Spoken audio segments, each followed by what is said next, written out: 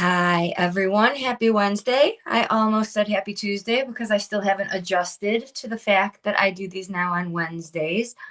How is everyone? Happy New Year. It is the first picking up the pieces of 2023.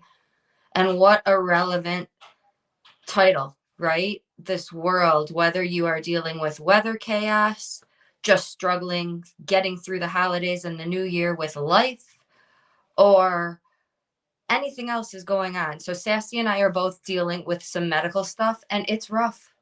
I got to be honest. I'm being proactive and dealing with stuff so that it doesn't get horribly, insanely out of control like it did in 2017.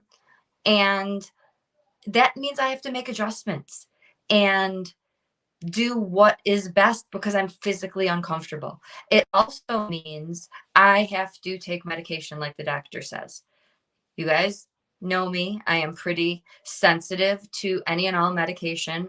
I prefer not to take it, but when it's necessary, it's necessary. And so when things started up and I was really struggling and it was not suggested, I was told to take it 3 times a day, I did. But it's been couple weeks, at least a week or two. And I don't like having to do that. I went down to 2 with the holidays. I didn't know if I would get a refill over the weekend, and it got worse. It's more uncomfortable acting up. And so, talking to the doctor today, the one thing I was reminded is that you take it 3 times a day.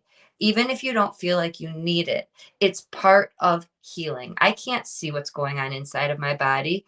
And this reminds me of what I'm struggling with. And a lot of people may or may not be. Tell me where you are, if you're watching live or if you're watching the replay. I actually am in a different room and I'm on my phone. So I apologize if I'm missing any comments. I will come back and get to them.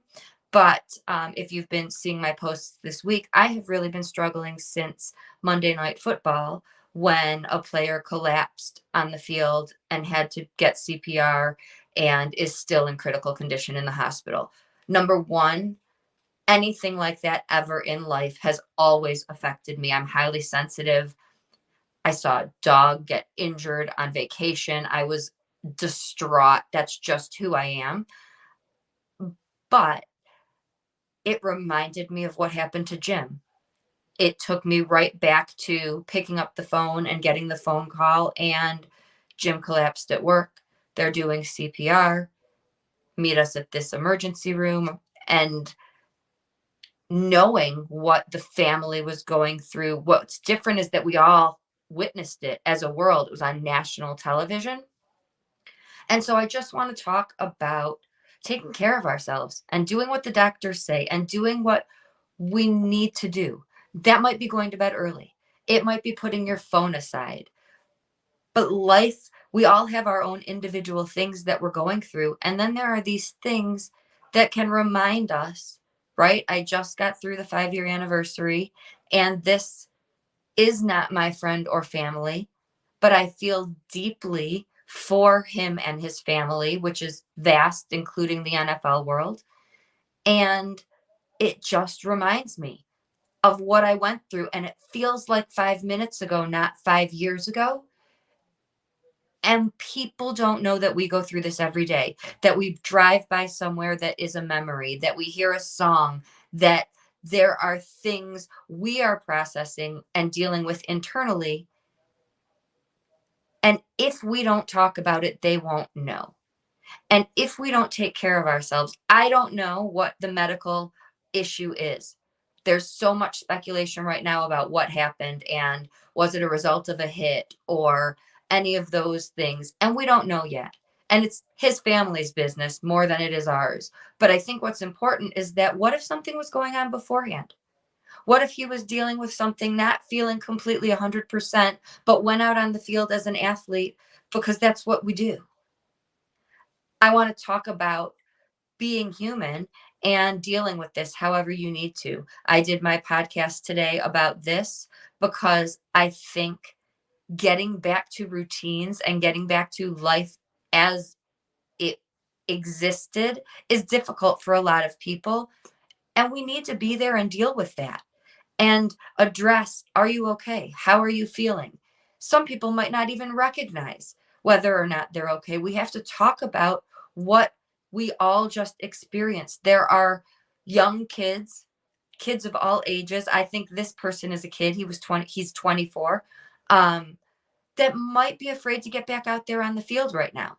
And we need to talk about that. That's valid. So I just wanted to be upfront about what I'm going through and talk about taking my own advice, doing what I need to do, and you doing the same, whether that means making time for that massage, if that's what you need, making time for physical therapy. It's a pain. I don't enjoy it. But I have to tell you, a few years ago in acupuncture, my acupuncturist found something that was wrong that I dealt with. I have been getting x-rays, MRIs, doing all of these things for my back. And my physical therapist found something else that was going on with my abdomen, stomach. And so that has been taken care of. But if I didn't make this a priority, if I wasn't doing these things, I wouldn't have found that because it didn't show up on x-rays and MRIs. So if you have the sniffles and you're feeling run down and you want to nap and you feel like that's unproductive and there's 18 things on your list that need to get done, resting should be there also, right? If we don't take care of the aches and the pains, if we don't deal with whatever, I don't know if I cut out there. I'm on my phone, like I said, and it rang. A bad mood, a stressful situation with a person, an errand that we're putting off. Whatever it is that you need to do to take care of you and get through this, I'm still recovering from the holidays without Jim, from a 5-year anniversary, which is insane, on top of physical stuff, on top of what we all just witnessed on Monday Night Football. So, please take care of you, whatever that means for you. That might mean making time to sit down and have dinner at the table instead of rushing to have bites in between tasks. It matters and it builds up. And when we don't deal with it, it's worse. And so I'm taking 2 pills a day instead of 3, and I'm suffering, thinking I don't want to take a pill and look groggy or get tired or run down because I have these things to do. And you know what? You guys don't care.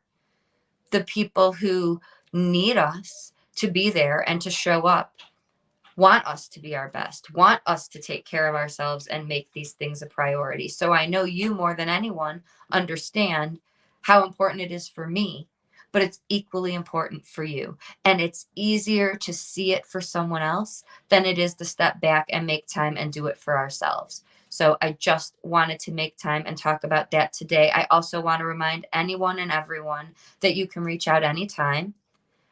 I was calling everyone during Monday Night Football because I felt the need to reach out to my loved ones, and it's what gave me comfort. I wanted to hear their voices. If you need to talk, reach out, text, email, call, one-on-one. If you want to be part of a group, the Team Ruthless call is tonight at 6 o'clock Mountain Time. You can come in pajamas. You can keep your camera off. You can watch. Someone else's story might really benefit you. You can participate, ask a question. I think it's just important that we lean on each other rather than trying to tough it up and get through it on our own. So I hope that helps you on this Wednesday. And thank you for bearing with me in my discomfort if I'm a little bit off. And again, please reach out. Team Ruthless call tonight if you can't join tonight but want to be a part of it. It's every Wednesday. If you'd prefer a daytime option, please let me know. If there's enough interest, I'm happy to do too. It is not an added stress. I love it. And so I just need to know what works, what will you show up for, what is the best time of day of the week. And I will see you all next week if I don't talk to you before then.